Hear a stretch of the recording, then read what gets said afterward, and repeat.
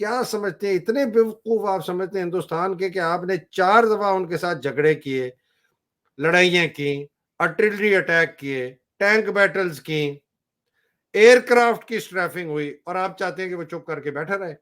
تو یہ بہت بڑا. لیکن اس دن اور اس جنگ میں ہمارے جو شہید ہوئے ان کو سلام، جو کہ ان فوجی ہمارے جرنیلوں کی بے وقوفیوں سے ان کی بیچارے جانیں جائیں گی. زبردستی ایوب خان نے ایوب بھٹو کے کہنے پہ، عزیز احمد کے کہنے پہ یہ جنگ کی کہ جی کشمیر لبریٹ کریں گے. اسی طرح 71 میں انہوں نے ڈوبا، اور اسی طرح آج یہ ملک ڈبونے کو آ رہے ہیں. تو میں نے کہا یہ بہت امپورٹنٹ کانٹیکسٹ ہے کہ فوجی جرنیلوں نے پاکستان کے ساتھ کتنی بڑی غداری کرتے آ رہے ہیں. یہ بہت پرانی بات ہے، اور آج ہم یہاں کے. میں تھوڑا یہ لمبی بات کی اس لیے 6 سپتمبر تھا، میں نے کہا یہ میں لوگوں کو بتا دوں. میں بھی پرانا فوجی ہوں، بڑے فخر سے میں نے فوج میں نوکری کی، میرے والد صاحب نے بڑے فخر سے نوکری کی. ہم نے جو لوگوں نے شہادتیں دی، جو غازی ہیں، ہم ان کو سلام کرتے ہیں. لیکن فوجی جرنیلوں کو ہم آرٹیکل 6 کے تحت لٹکانا چاہتے ہیں، جنہوں نے اس ملک کے ساتھ غداری کی، آئین کے ساتھ غداری کی، قانون کے ساتھ غداری کی، اور انشاءاللہ گیٹ نمبر 4 میں آپ دیکھنا یہ لٹکیں گے. تو یہ تو میرا سخت بیانیہ تھا 6 ستمبر کا. باقر صاحب یہ نہیں چھوڑنے لگا عاصم منیر، یہ کلیئر ہو گیا، یہ نہیں چھوڑنے لگا. یہ سمجھتا ہے کہ یہ ملک سنبھال لے گا، اور جس طرح یہ پرانے جرنیلوں کی احمقانہ باتیں تھی، یہ بھی سمجھتا ہے کہ میں کر لوں گا. کیا آپ کی رائے ہے اس کے؟ دیکھیں، پہلے تو جو 2 باتیں کہی ہیں، میں بھی جو ہمارے جانباز تھے، شہید تھے 6 ستمبر کے، سب کو سلام پیش کرتا ہوں. انہوں نے اپنی خون کا نذرانہ دیا، جانوں کی قربانی دی. لیکن یہ جو جنگ ہوئی تھی، آپ کی بات صحیح ہے، یہ ریکارڈ پہ ہے عسکر ایئر مارشل اسکر خان کا بیان کہ ہم نے شروعات کی تھی اس کی. اور جو میں نے پہلے شروع کے پروگرام میں کہا تھا کہ طاقت کی زیادتی علم کی کمی کو پورا نہیں کر سکتی. اگر آپ کے پاس فوجی قوت ہے لیکن آپ کو سیاست کا علم نہیں ہے، اور آپ کو جنگ کے قانونوں کا بھی صحیح علم نہیں ہے، تو اس سے آپ کچھ نہیں کر سکتے. یہ جو کشمیر میں گوریلا جنگ کی بات چلائی گئی، بھٹو صاحب کا لوگ نام لیتے ہیں، بالکل ان کی سوچ اس میں شامل تھی. 20ویں صدی میں جو گوریلا جنگ ہے، وہ اس کا وہ جاتا ہے کریڈٹ کمیونسٹوں کو. 1930 میں سب سے پہلی ملایا میں کمیونسٹ گوریلا بغاوت ہوئی، پھر چین میں اور ویتنام میں ہوئی. لیکن اس میں سب سے اہم بات جسے نظر انداز کیا گیا جب کشمیر میں یہ ہوا، کہ ماؤ زیدونگ یہ کہتے تھے، جو کہ عظیم گوریلا جنگ کے رہنماؤں میں سے تھے، کہ فوجی لڑائی سیاسی لڑائی کی انتہائی شکل ہے. تو جب تک پہلے لوگ سیاسی طور پہ آپ کے ساتھ نہیں ہیں، سیاسی طور پہ یہ نہیں سمجھتے کہ ہمیں یہ لڑائی لڑنی چاہیے، اس حد تک نہیں آتے، تو فوجی لڑائی میں آپ انہیں نہیں جھونک سکتے. یہ بہت بڑا ظلم ہے. فوجی لڑائی سیاسی لڑائی کی آخری شکل ہے. بالکل جی، کہ جب کشمیر، آپ کے ہاں، تمام باقی حربے طریقے ختم ہو گئے، پھر آپ کے پاس صرف ایک ہی راستہ رہ گیا ہے کہ آپ جو ہے فوجی لڑائی کریں. ہاں، اور پھر وہ وہاں کے لوگوں کو کرنی چاہیے، باہر کے لوگ آ کے نہیں وہ لڑائی شروع کروا سکتے. تو ہماری غلط فہمی یہ تھی کہ کشمیر کے لوگ الگ ہونا چاہتے ہیں، سیاسی طور پہ وہ تیار ہیں اس کے لیے، لڑائی کے لیے اور پناہ دینے کے لیے بھی تیار ہیں. ہم نے جو لڑائی کی اس سے ہم نے ان کی زندگیوں کو خطرے میں ڈال دیا، وہ تیار ہی نہیں تھے اس کے لیے. تو یہ بالکل اناڑی طریقے سے. بلکہ ہاں، جتنے ہمارے فوجی پکڑے گئے جوان اور افسر اور ہندوستان کے فوجیوں کے حوالے کیے گئے، وہ وہاں کے لوکل کشمیری تھے جن کے پاس ہمارے فوجی مدد مانگنے گئے تھے. ہاں. تو اب انہیں پتہ نہیں ہے، آپ اچانک ان کے گھر پہنچ جائیں، جی میں آ گیا ہوں یہاں پہ، تو آپ کی کیسے مدد کریں گے؟ آپ نے انہیں مشکل میں ڈال دیا.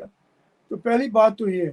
لیکن جو آپ آج کی بات کر رہے ہیں، جو پہلے کی بات کر رہے ہیں، میں ذرا، بہت سے ہمارے دوست ہیں یہاں پرجوش جو کہتے ہیں جی یہ آپ ایک ایسے آدمی کو لے آئے ہیں جسے زمینی حقائق کا علم نہیں ہے، اور یہ ٹھنڈی باتیں کرتا ہے. اصل بات یہ ہے کہ کچھ یہ ایسے مسئلے ہیں جن کو ایک چٹکی سے حل نہیں کیا جا سکتا, ان کو سمجھنے کی ضرورت ہے.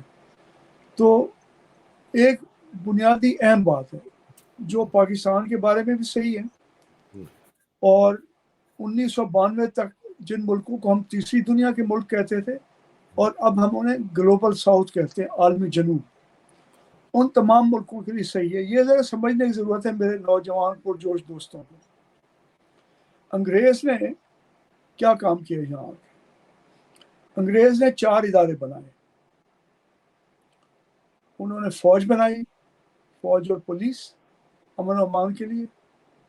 انہوں نے پارلیمنٹ بنائی. انہوں نے مارکیٹ بنائی کاروبار کے لیے, اور انہوں نے یونیورسٹی بنائی. ایک 5واں ادارہ جو فوج اور پولیس کے ساتھ جڑا ہوا تھا وہ عدالت تھی. تو انگریز جہاں بھی جاتے تھے, ایک ہمارے آرکیٹیکٹوں نے بتایا کہ انگریز جہاں بھی جاتے تھے وہ 3 عمارتیں قائم کرتے تھے, چھاؤنی, جیل اور عدالت. چھاؤنی, جیل اور عدالت, ہاں عدالت, ٹھیک ہے. یہ ادارے انہوں نے بنائے. ٹھیک ہے. اور مارکیٹ تھانہ, تھانہ تھانہ, ہاں تھانہ اس سے فوج سے مطلب جڑا ہوا ہے. جیل سے مراد ہے, ہاں ہاں تھانہ جیل, ٹھیک ہے. ہاں, اچھا, یہ ادارے انہوں نے بنائے. اب انہوں نے مارکیٹ اس لیے بنائی تھی کہ مارکیٹ میں مقابلہ کریں لوگ, جو منافع بخش کاروبار ہیں وہ پھیلیں, بڑھیں, اور جو غیر منافع بخش ہیں یا غیر منافع بخش طریقے سے کام کرنے والے کاروبار ہیں ان کی چھٹی ہو جائے. ٹھیک ہے.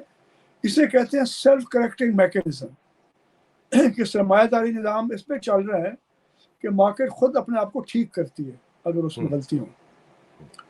پھر پارلیمنٹ بنائی, وہ بھی سیلف کریکٹنگ میکینزم ہے کہ لوگ ووٹ ڈالتے ہیں, اگر ووٹ لینے والے ان کے وعدوں میں پورا نہیں اترتے توقعات, تو اگلی دفعہ انہیں ووٹ نہیں دیتے, ان کی چھٹی کر دیتے. تو ووٹ دینا اور کاروبار کرنا بغیر کسی پابندی کے یہ خود بخود تصحیح کرنے کا ایک میکینزم بنا دیتا ہے. ایک ادارہ جس کا میں نے ذکر نہیں کیا وہ یونیورسٹیاں تھیں جو انگریزوں نے قائم کی, لیکن ہندوستان کے لوگوں نے بھی قائم کی. ہماری جو سب سے اہم پوری مسلمانوں کی تاریخ میں جو ادارہ تھا وہ علی گڑھ مسلم یونیورسٹی تھی. یہ ادارے بنائے انہوں نے. اب پاکستان بننے کے بعد یہ ہوا کہ ہم پھنس گئے سرد جنگ کی اس میں لپیٹ میں آ گئے کہ ایک طرف امریکہ تھا, دوسری طرف روس تھا. ہم غیر جانبدارانہ حیثیت رکھنا چاہتے تھے, امریکہ کا دباؤ تھا. اگر ہم ہندوستان سے اختلاف قائم رکھتے لیکن دوستانہ اور پرامن تعلقات قائم رکھ لیتے تو ہمیں اس سرد جنگ میں جھونکے جانے کی ضرورت نہیں تھی. اس سرد جنگ میں جھونکے جانے کی وجہ سے امریکنوں کے لیے ضروری تھا کہ وہ ہماری افواج کی قیادت کو خوش رکھیں تاکہ وہ ان کے حصہ دار بننے کو تیار ہوں.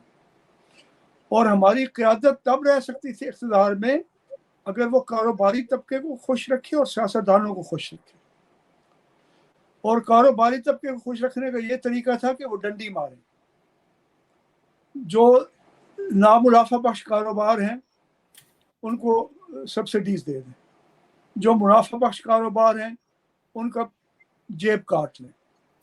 جیسے میں نے پہلے کہا تھا کہ پرسنٹ جو ہے وہ $1 کے 10 روپے کھلی مارکیٹ میں تھے, وہ کماتے تھے, انہیں ہم 5 روپے دے دیتے تھے, باقی 5 روپے یہاں مغربی پاکستان کے صنعت کار کو دے دیتے تھے تاکہ ان کی وفاداری ہمارے ساتھ قائم رہے. اسی طرح سے سیاستدانوں کی وفاداری قائم رکھنی ہوتی ہیں. تو ایوب خان کے زمانے سے آپ ضیاء الحق اور مشرف تک دیکھ لیں, انہیں لائسنس دینا, انہیں پرمٹ دینا, انہیں SRO کے ذریعے ایکسپورٹ کرنے کی اجازت دینا, ان کے قرضے معاف کرنا. تو جو ہمارے فوج کا ادارہ تھا انہوں نے مارکیٹ اور سیاست میں مسلسل ڈنڈی مارنے کا کردار ادا کیا ہے, اور ان اداروں کو نہیں موقع دیا کہ وہ خود اپنے آپ کو صحیح کر سکیں. اس کا نتیجہ کیا ہوا ہے, جیسے میں نے آپ کو پہلے بتایا تھا کہ غلط فہمی ہمارے یہ ہے فوجی قیادت کو, ہمارے پاس سب قوت ہے. جب وہ ڈنڈی مارتے ہیں نا تو جو لوگ ان کا مقابلہ نہیں کر سکتے, ظاہر کاروباری لوگ نہیں کر سکتے, پھر وہ بھی ڈنڈی مارتے ہیں. وہ ڈنڈی اس طریقے سے مارتے ہیں، وہ ہیرا پھیری کرتے ہیں اپنے حساب کتاب میں. وہ جو مال باہر سے منگواتے ہیں وہ اس کی قیمت زیادہ لگا دیتے ہیں تاکہ اس کے بدلے میں زر مبادلہ طلب کر سکیں، اور جو بیچتے ہیں اس کی قیمت کم لگاتے ہیں تاکہ یہ دکھائیں کہ ہمیں کم ڈالر ملیں، اور وہ ڈالر باہر جمع کروا دیتے ہیں. ملک کو ڈالر کی ضرورت ہے، ڈالر باہر ہے، بحران پیدا ہو گیا. یہی سیاست میں ہوتا ہے. تو سیاستدان جو ہیں، جو عوام ان کو ووٹ دینے کو تیار نہیں ہے، وہ کہتے ہیں جی ہمیں ڈیولپمنٹ فنڈ دیں. وہ خود بھی کھاتے ہیں، نیچے اپنے ان کو تقسیم کرتے ہیں اپنے ان کے جو ووٹ لانے والے ہوتے ہیں. آپ نے جب دو اداروں کو بگاڑ دیا، وہ ٹھیک طریقے سے کام ہی نہیں کر سکتے. ہم اس نوبت میں پہنچ گئے ہیں کہ ہم قرضے ادا کرنے قابل ہی نہیں ہیں. بھئی اگر ہم کاروبار کر رہے ہیں، وہ منافع بخش ہے، تو قرضے کیوں نہیں ادا ہوتے؟ کیونکہ آپ نے دم مروڑی مارکیٹ کی اور سیاست کی. انہوں نے ہیرا پھیری کی، ملک کو آپ نے کھڑا کر دیا دہانے پہ لا کے. اب اور کیونکہ ان پہ نہ باہر کے سرمایہ کار اعتماد کرتے ہیں، نہ ہمارے سیاستدانوں پہ، نہ کاروباری لوگوں پہ، نہ ملک کے اندر ان کے ایک دوسرے پہ اعتماد ہے، تو پھر یہاں پہ نوبت پہنچتی ہے کہ ہمارے چیف آف آرمی سٹاف جا کے کاروباری لوگوں سے میٹنگ کر رہے ہیں 5 گھنٹے کی کراچی میں. بھئی آپ کا کیا کام ہے؟ آپ کی تربیت کیا ہوئی ہے اس کام کے بارے میں؟ آپ کیا جانتے ہیں؟ 75 سال میں جو آپ نے حکومتی نظام چلایا، اس سے تو ملک دیوالیہ ہونے تک پہنچ گئے. اچھا باقر صاحب میں ایک سوال، یہ جو آپ نے بات کی بہت اچھا کانٹیکسٹ کیا، اور آبویسلی یہ اب سب کے سامنے آیا ہے، ٹھیک ہے نا جی. ہمیں پتا ہے کہ فوج نے قبضہ کیا، بہت پہلے سے قبضہ کیا، سیاستدانوں کو ملایا، خود کاروباریوں کو ملایا. یہ 3 ایلیٹ کیپچر کا ٹرائیڈ ہے، ہمیں پتا ہے. فوجی کرپٹ، سیاستدان کرپٹ، کاروباری، یہ تو پتا ہے. اس وقت جو عاصم منیر نے ماڈل کھولا ہے اپنا، وہ ایک بڑا عجیب ماڈل ہے. اس کے اندر لگتا ہے ایسے ہے کہ اس کو امریکہ سے بھی سپورٹ کی فکر نہیں ہے، بیکاز یہ سمجھ رہا ہے کہ یہ ملٹی پولر ورلڈ بن گیا ہے.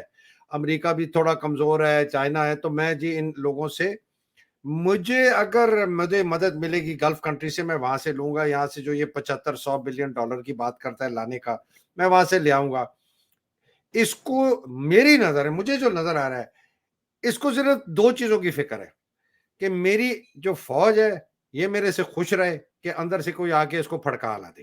سب سے بڑی بات ہے یہ ہر فوجی کا یہی ہوتا ہے. ضیاء کا بھی یہی تھا، مشرف کا بھی، ایوب کا بھی، اور اس کا بھی یہ ہے کہ اندر سے آ کے مجھے کوئی پھڑکا نہ دے. تو ان کو خوش رکھو، ان کے لیے معاشی ذریعے نوکریاں تیار کرو. یہ اس کا سب سے بڑا ایم ہے. دوسرا اس کا ایم ہے کہ میں ان گلف کنٹریز کو کہہ کے کہوں کہ جی ہم 10-15 سال کہیں نہیں جا رہے، آپ انویسٹ کریں. پاکستان میں بہت انویسٹمنٹ ہے، آپ معدنیات ہماری لے کے جائیں، آپ ہماری جو ایگریکلچر ہے پروڈیوس وہ لے کے جائیں. سنا ہے پاکستان آرڈننس فیکٹری کے اندر بھی وہ سرمایہ کاری کر رہے ہیں. آپ اپنی جو 10 بلین ڈالر کی آئل ریفائنری ہے خلیفہ پوائنٹ میں، یہ پارکو کی 1990 سے چل رہی ہے، یہاں لے کے آئیں. میں آپ کو گارنٹی کرتا ہوں میں کہیں نہیں جا رہا، فوج کہیں نہیں جا رہی. آپ کو یہ اس کے 2 سب سے بڑے ہدف ہیں. اس سے اس کو کسی نے کہہ دیا ہے کہ جب تم پیسہ لے آؤ گے تو یہ جو معیشت ہے، یہ میں اس کی سوچ کر رہا ہوں، یہ معیشت جو ہے یہ چل پڑے گی، پیسہ آئے گا، لوگوں کو نوکریاں ملیں گی، فیکٹریاں لگیں گی، انڈسٹریلائزیشن ہوگی، معیشت ہوگی، ہاری کو بھی پیسہ ملے گا، لیبرر کو بھی پیسہ ملے گا، فیکٹریاں بھی چلیں گی. اور اس لیے اس نے گھیرا ہوا ہے اس وقت سیاستدانوں کو، اس نے اگنور کر دیا. انہیں کہا تم چولہے بھاڑ میں جاؤ، مجھے تمہاری ضرورت نہیں ہے، مجھے صرف کاروباریوں کی ضرورت ہے. اس لیے جا کے یہ کاروباریوں سے مل رہا ہے کہ یہ پیسہ آئے گا، تم نے پیسہ لگانا ہے. یہ جی اس کا ماڈل. مجھے اس ماڈل پہ بتائیں کہ یہ کیسے سمجھتا ہے کہ اس ماڈل سے میں پاکستان کو ٹھیک کر دوں گا یا میں رہ سکتا ہوں. وہ میں بتا دیتا ہوں. اصل میں پھر میں یہ کہتا ہوں یہ تنہا ان کی سوچ نہیں ہے، یہ ایوب خان کے زمانے سے شروع ہوئی، اور ان کے جو نظریہ ساز تھے اقتصادی میدان میں وہ ڈاکٹر محبوب الحق تھے. بہت قابل اور ذہین آدمی تھے.